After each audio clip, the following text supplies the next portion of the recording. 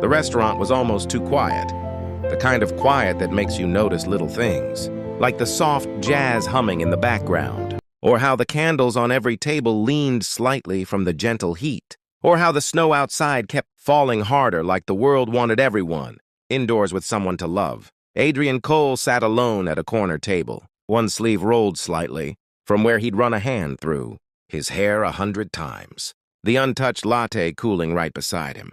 He wasn't the type who waited for anyone. People usually waited for him, but tonight, for some reason even he couldn't explain, he sat there staring at the door, like an idiot hoping it would swing open and someone would walk in smiling like a Christmas movie scene. His blind date was 40 minutes late, and the staff kept giving him those polite sad looks like they were watching a breakup that never even got the chance to start. He could have left. He should have left. Heck, he had meetings lined up. Tomorrow worth more than what this whole restaurant made in a month. But something in him whispered just 5 more minutes, like maybe he wasn't ready to spend another holiday night alone in that huge penthouse, where even the echoes felt empty. He checked his watch again, breathed out slow, and for a moment thought about standing, grabbing his coat, moving on with his life, pretending he didn't feel a sting in his chest. Right. When the door swung open and cold winter, air swept inside like a scene change. A girl stumbled in, cheeks red from the cold, layered in a cheap, worn coat that definitely wasn't made for snow, shoes soaked through, hair messy like she'd been running. She wasn't dressed like someone coming for a date. She looked like a girl who'd fought the world since morning and lost twice. Her eyes scanned the room, tired, desperate almost, then landed on the empty chair across from Adrian.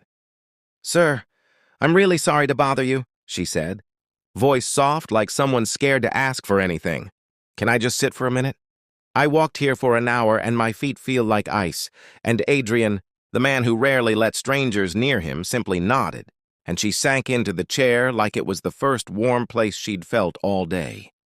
She rubbed her hands together, blowing warm breath into her fingers, eyes closed like she was taking a second to just exist again. Up close, Adrian could see tiny snowflakes melting in her hair. Her knuckles scraped as if she worked with them, and her breathing still shaky like she'd rushed her way through a storm. For a moment he didn't speak, and she didn't either, which was strange because silence between strangers is usually uncomfortable. But this one felt oddly peaceful, like the noise in both their lives took a break. When she finally opened her eyes, she caught him watching and gave a shy, nervous smile. "I'm Emily. I'm not here for, well, clearly I'm not here for a date," she joked weakly, holding back a shiver. "I just needed somewhere warm to rest. I promise I'll leave once I can feel my toes again." Adrian leaned back, something curious stirring in him. Most people who sat across from him came dressed to impress, walked in confident, spoke like they wanted something from him. But this girl wasn't trying to charm him or analyze him. She just looked tired, human, real. He noticed how she kept eyeing the table, next to them where someone's half-eaten pasta waited to be taken away, and how she swallowed hard like hunger was a feeling she knew a little too well. Without thinking, he pushed the menu toward her, just a gentle slide across the table. "You can stay," he said softly. "Order something warm." Emily blinked, surprised, shaking her head too quickly. No, thank you, but I can't. I don't have much money, and I'm only here because it's warmer than the street." She said it like she expected him to laugh or judge her. But instead, Adrian just nudged the menu closer, voice calm yet warm. "Then let me buy you dinner. Nobody should be freezing and hungry on Christmas Eve." Her eyes watered, and she bit her lip like someone fighting pride they'd held on to for too long. And in that moment, neither of them knew it. But that one chair she borrowed to rest was about to change everything. Because sometimes the best stories don't start with fireworks. They start with a tired girl, an empty seat, and a man who stayed 5 more minutes when he could have walked away. Emily stared at the menu like it was written in gold, eyes wide with both longing and hesitation, and it almost hurt. Adrian, how she kept trying to talk herself out of ordering anything more than water. He cleared his throat, lightly, and signaled the waiter, before she could change her mind. "We'll take 2 warm meals, whatever the chef recommends," he said casually, like this wasn't the most unexpected dinner of his year. Emily's jaw dropped, but he just smiled like it was no big deal, and slowly, her shoulders relaxed as if warmth finally reached her bones. When the soup arrived, steaming and rich, she took a careful sip first like she needed permission, then another quicker one like she hadn't tasted comfort in months. Adrian watched her laugh quietly at herself when she got soup on her lip, and something inside him softened, in a way he hadn't felt since before life became spreadsheets and boardrooms. They talked, not forced, not polished, just two people who somehow fit in the same moment. She told him her favorite childhood memory was sitting by a heater with her mom eating instant noodles, like a fancy feast. He told her his father always said a man who waits for love must learn patience. She rolled her eyes playfully. "Your dad sounds like a poet," Adrian chuckled. "He was, a broke one," Emily snorted, hand flying to cover her laugh, and for a second the restaurant felt like a tiny world made only for them. But beneath her smile, Adrian noticed something. She kept glancing toward the window, nervous like someone afraid of being late to real life. "I should get going soon," she whispered, pushing the last bite of bread around her plate. "My landlord's threatened eviction twice. I'm supposed to pay part of the rent tonight or we'll get locked." "Out," she said it casually, like it was a weather update. But that sentence hit him harder than he expected. This wasn't just a girl tired from the cold. This was survival wearing a smile. And suddenly that empty blind date didn't matter at all, because something in him whispered, "Don't let her walk out into the snow alone." Adrian leaned forward slightly, elbows resting on the table, voice softer now, like he didn't want to scare away the fragile honesty between them. "Do you really have nowhere warm to go tonight?" Emily blinked, eyes darting to the side, trying to hide embarrassment. "I'll figure it out. I always do," she murmured, twisting her napkin between her fingers. "And don't pity me. I didn't sit here to beg. I just needed a chair to breathe." He admired that stubborn pride more than he expected. Most people begged for opportunities with fancy smiles and rehearsed lines. She only asked for warmth, and somehow that felt braver. Their plates were cleared, dessert offered, but Emily shook her head, standing up quickly like if she didn't leave now, she'd melt into comfort she couldn't afford. "Thank you for dinner," she said quietly, tucking her hair behind her ear. "Really, I'll never forget it." She turned to go, heart already halfway out the door. But Adrian stood too, almost surprising himself. "Emily," he called gently, and she paused, clutching her coat. "What if we just talked a little longer?" She smiled faintly, eyes shimmering. "Why?" "Your date never showed, and I'm not exactly the kind you planned on meeting." Adrian shook his head, with a soft laugh. "Maybe the person I was waiting for wasn't the one meant for this seat." That made her freeze. For a moment, time felt syrup slow. A waitress passed behind them. A couple laughed across the room. Snow kept falling, yet everything suddenly centered around one question hanging in the air like a dare. Emily stepped back toward the table, hesitant but drawn by something she couldn't name. She sat again, slowly, like trusting something for the first time in a long while. And just like that, the night rewrote itself. Not as a failed date, but as a beginning neither of them planned. Because people walk into our lives for reasons we don't see at first. Some arrive to teach, some arrive to heal, and some just need a chair to rest, while unknowingly resting, their hearts somewhere safe. Emily didn't know it yet, but she walked into Adrian's life at the exact moment he was tired of being alone. And he wasn't planning to let her disappear into the cold that easily.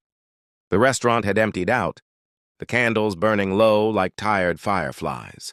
When Emily finally stood up for real this time, clutching her worn coat to her chest, she thanked Adrian again, voice gentle like she didn't want to disturb the magic they accidentally created. But her eyes kept drifting to the exit like reality was calling her back home. He wanted to stop her, not because she needed saving, but because part of him suddenly hated the thought of her, stepping into a cold night alone. Still, he didn't push, only offered to walk her to the bus stop. And she hesitated just long enough for him to see she wanted to say yes. The snow had thickened into white silence when they stepped outside, streetlights shimmering on glittering sidewalks. Emily's breath fogged as she tightened her scarf, whispering, "This city feels different when you don't have anywhere warm." Waiting. Adrian glanced at her, thinking how someone could talk so softly and still punch straight into his chest. They reached her building, a narrow, old complex with peeling paint and a rusted railing, leaning like it had given up years ago. Before she could take a step inside, a door cracked open upstairs, a landlady leaning over with rollers, in her hair and a scowl deep enough to break stone. "Emily, you're late again." "Tomorrow morning, no payment, no keys." Emily lowered her gaze, shoulders shrinking just slightly. "I'll pay. I just need one more day."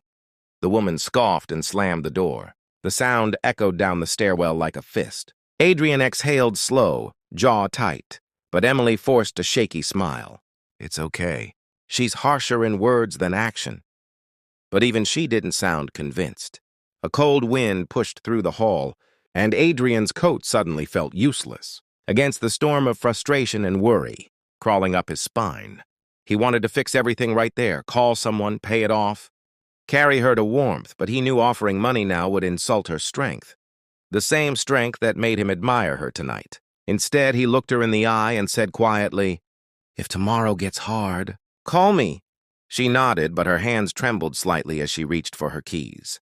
And when she closed the door, leaving him on the cold staircase, Adrian realized something terrifying. He didn't want tonight to be the end. Not even close. He barely slept. Every time he shut his eyes, he saw her smile flickering like a candle-fighting wind, brave but fragile. Morning came with gray skies, and Adrian, who usually woke to board meetings and emails, found himself halfway across the city instead. Coffee in one hand, coat collar up against the wind, because something about last night refused to fade. When he reached her building, he heard voices, loud, sharp, unkind. On the porch, Emily stood facing the landlady, backpack slung over her shoulder, duffel bag by her feet, little brother holding her hand. The kid looked sleepy, maybe 6, wearing a too-thin hoodie. Emily's eyes glistened, but she didn't cry. She just knelt, fixing the kid's scarf, like she wanted him warm even when she wasn't. Adrian stepped forward before thinking. "Excuse me, what's going on?" The landlady eyed him up like money she wanted to count. "Eviction." "They're behind." Emily spun around, shocked. "Adrian, you didn't have to come." He smiled gently. "I know, but I wanted to." Something broke quietly in her expression right then, something like relief fighting guilt. "I have enough for half the rent," she whispered. "I just need time." The woman shrugged. "Time doesn't pay bills." Emily swallowed, trying to hold dignity with tired hands. Adrian looked between them, heart heavy, then reached for his wallet. Slowly, like he was choosing words instead of money. "I'm not paying for her," he said firmly. Emily froze. The landlady smirked. But then he continued, voice steady, warm. "I'm offering to cover this month as a loan. Only if she lets me drive her and her brother somewhere warm first. Not charity, a choice." Emily stared at him, breath trembling. Not saved, respected. And for the first time, she nodded without argument. As they stepped into the cold street toward his car, her brother gripping both their hands, Adrian looked at her through the falling snow and thought, "Last night I met a stranger. Today I picked her up like someone I didn't want to lose." And while the city wind howled through broken alleys, something warm and stubborn grew in the quiet space between them, a beginning shaped by chance, dignity, and a chair a girl borrowed just to rest. Little did either of them know this was the moment their lives shifted forever.